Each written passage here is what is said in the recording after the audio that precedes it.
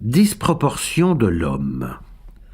Que l'homme contemple donc la nature entière dans sa haute et pleine majesté, qu'il éloigne sa vue des objets bas qui l'environnent, qu'il regarde cette éclatante lumière mise comme une lampe éternelle pour éclairer l'univers, que la terre lui paraisse comme un point au prix du vaste tour que cet astre décrit, et qu'il s'étonne de ce que ce vaste tour lui-même n'est qu'une pointe très délicate à l'égard de celui que ces astres, qui roulent dans le firmament, embrassent.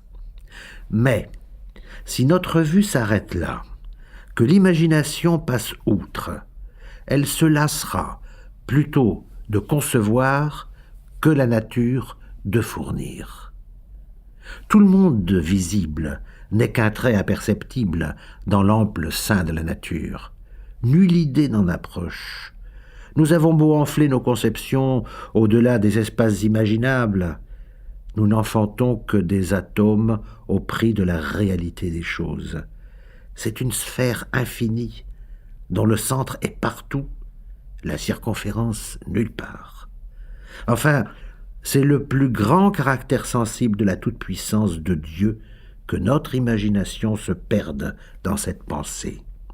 Que l'homme, étant revenu à soi, considère ce qu'il est au prix de ce qui est, qu'il se regarde comme égaré, et que de ce petit cachot où il se trouve, j'entends l'univers, il apprenne à estimer la terre, les royaumes, les villes, les maisons et soi-même, son juste prix.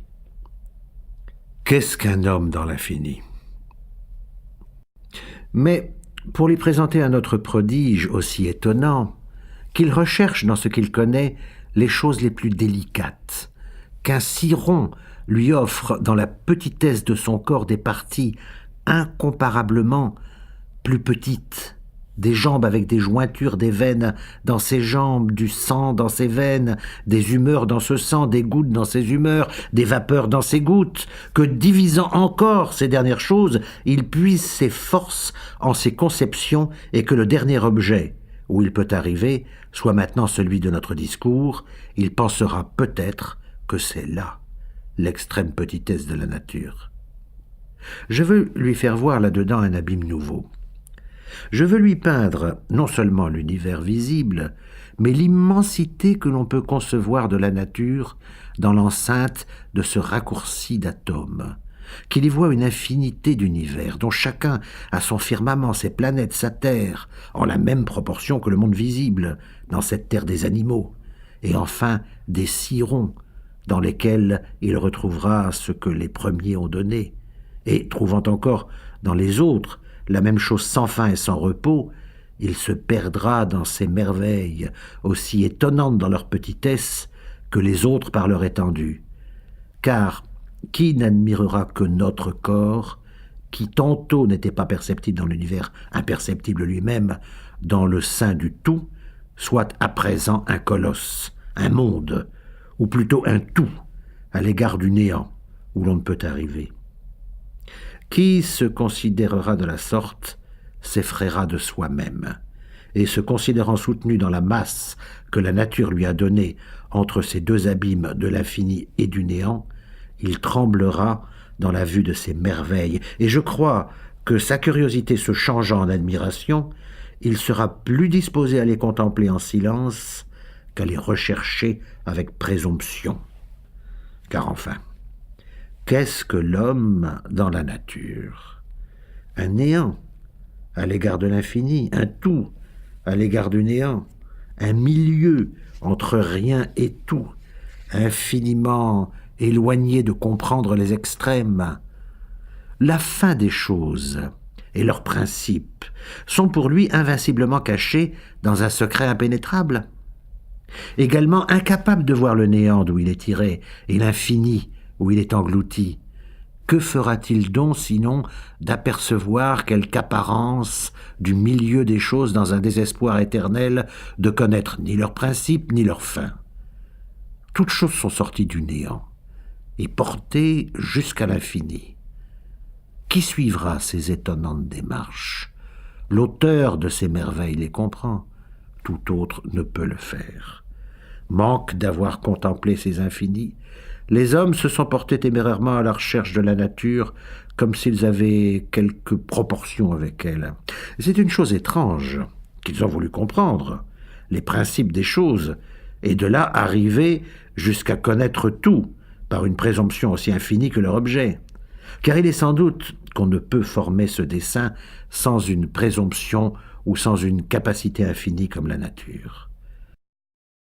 Quand on est instruit, on comprend que la nature, ayant gravé son image et celle de son auteur dans toutes choses, elles tiennent presque toutes de sa double infinité. C'est ainsi que nous voyons que toutes les sciences sont infinies en l'étendue de leurs recherches, car qui doute que la géométrie, par exemple, a une infinité d'infinités de proportions à exposer? Elles sont aussi infinies dans la multitude et la délicatesse de leurs principes. Car qui ne voit que ceux qu'on propose pour les derniers ne se soutiennent pas d'eux-mêmes et qu'ils sont appuyés sur d'autres qui, en ayant d'autres pour appui, ne souffrent jamais de derniers. Mais nous faisons des derniers qui paraissent à la raison comme on fait des choses matérielles où nous appelons un point indivisible, celui au-delà duquel nos sens n'aperçoivent plus rien, quoique divisible infiniment et par sa nature. De ces deux infinis, des sciences, celui de grandeur est bien plus sensible, et c'est pourquoi il est arrivé à peu de personnes de prétendre connaître toutes choses. Je vais parler de tout, disait Démocrite. Mais l'infinité en petitesse est bien moins visible. Les philosophes ont bien plutôt prétendu d'y arriver, et c'est là où tous ont achoppé. C'est ce qui a donné lieu à ces titres si ordinaires. Des principes des choses, des principes de la philosophie, et aux semblables, aussi fastueux en effet, quoique moins en apparence, que cet autre qui crève les yeux, des omne simili. On se croit naturellement bien plus capable d'arriver au centre des choses que d'embrasser leur circonférence. Et l'étendue visible du monde nous surpasse visiblement. Mais comme c'est nous qui surpassons les petites choses, nous nous croyons plus capables de les posséder. Et cependant, il ne faut pas moins de capacité pour aller jusqu'au néant que jusqu'au tout. Il la faut infinie pour l'un et l'autre. Et il me semble que qui aurait compris les derniers principes des choses pourrait aussi arriver jusqu'à connaître l'infini. L'un dépend de l'autre, et l'un conduit à l'autre. Ces extrémités se touchent et se réunissent à force de s'être éloignées, et se retrouvent en Dieu, et en Dieu seulement. Connaissons donc notre portée. Nous sommes quelque chose et ne sommes pas tout. Ce que nous avons d'être nous dérobe la connaissance des premiers principes qui naissent du néant, et le peu que nous avons d'être nous cache la vue de l'infini. Notre intelligence tient dans l'ordre des choses intelligibles le même rang que notre corps dans l'étendue de la nature. Borné en tout genre, cet état qui tient le milieu entre deux extrêmes se trouve en toutes nos puissances. Nos sens n'aperçoivent rien d'extrême. Trop de bruit nous assourdit, trop de lumière éblouit, trop de distance et trop de proximité empêchent la vue, trop de longueur et trop de brièveté de discours l'obscurcit, trop de vérité nous étonne. J'en sais qu'ils ne peuvent comprendre que qui de 0 ôte 4 reste 0. Les premiers principes ont trop d'évidence pour nous. Trop de plaisir incommode, trop de consonances déplaisent dans la musique, et trop de bienfaits irritent. Nous ne sentons ni l'extrême chaud ni l'extrême froid. Les qualités excessives nous sont ennemies et non pas sensibles. Nous ne les sentons plus, nous les souffrons. Trop de jeunesse et trop de vieillesse empêchent l'esprit. Trop et trop peu d'instruction. Enfin, les choses extrêmes sont pour nous comme si elles n'étaient point. Et nous ne sommes point à leur égard. Elles nous échappent, et nous à elles. Voilà notre état véritable. C'est ce qui nous rend incapables de savoir certainement et d'ignorer absolument. Nous voguons sur un vaste milieu, toujours incertain et flottant, poussé d'un bout vers l'autre.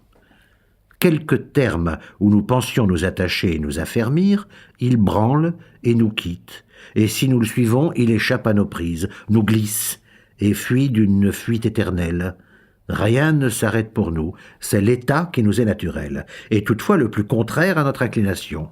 Nous brûlons du désir de trouver une assiette ferme, et une dernière base constante pour y édifier une tour qui s'élève à l'infini, mais tout notre fondement craque, et la terre s'ouvre jusqu'aux abîmes.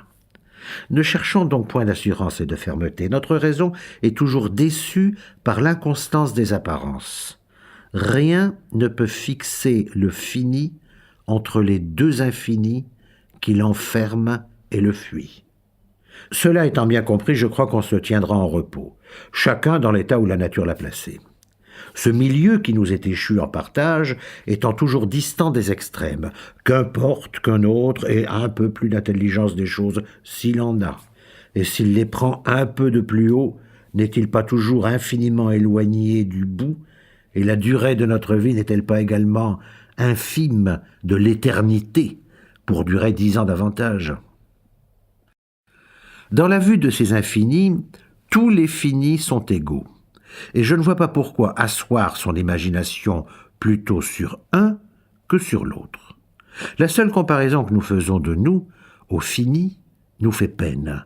Si l'homme s'étudiait, il verrait combien il est incapable de passer outre.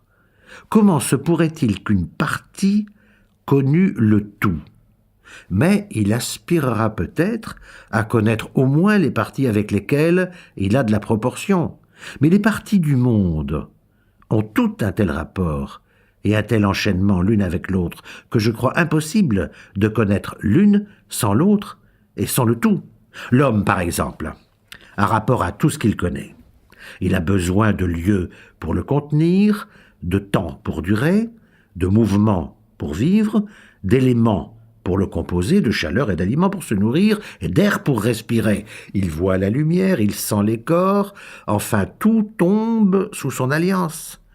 Il faut donc, pour connaître l'homme, savoir d'où vient qu'il a besoin d'air pour subsister.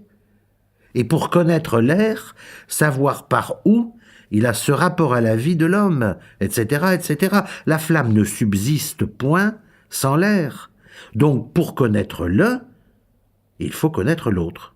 Donc, toute chose étant causée et causante, aidée et aidante, médiate et immédiate, et toutes s'entretenant par un lien naturel et insensible qui lie les plus éloignées et les plus différentes, je tiens impossible de connaître les parties sans connaître le tout, non plus que de connaître le tout sans connaître particulièrement les parties.